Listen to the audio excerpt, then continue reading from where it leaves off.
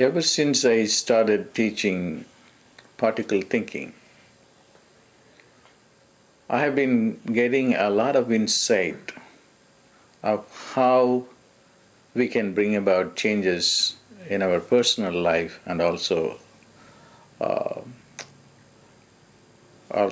changes in the life uh, of our fellow beings, and also the earth plane itself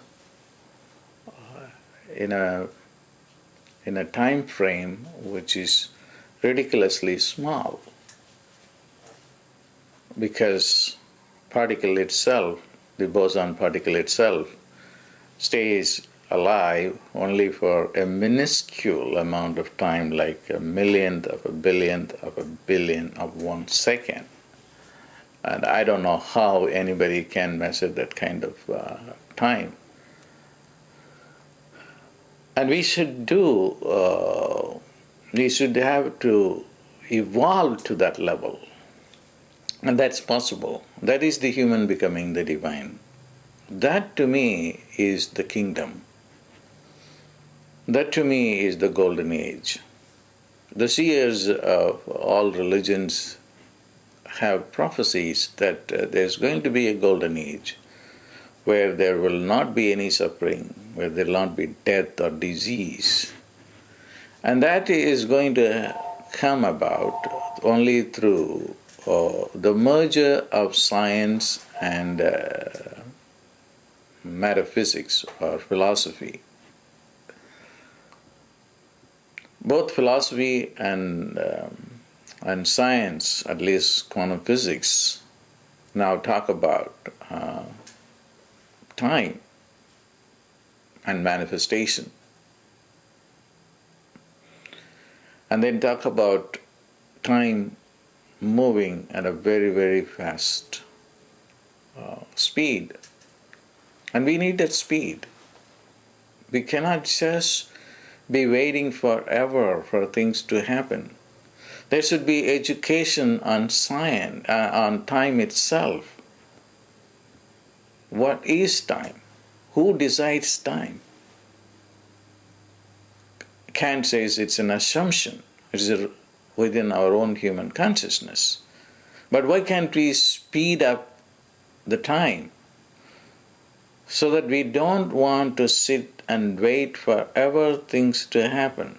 So what needs to happen is an understanding within ourselves about what time is. And once we understand time, and then that we are the one that who are creating time, fast or slow time, then we take responsibility for that.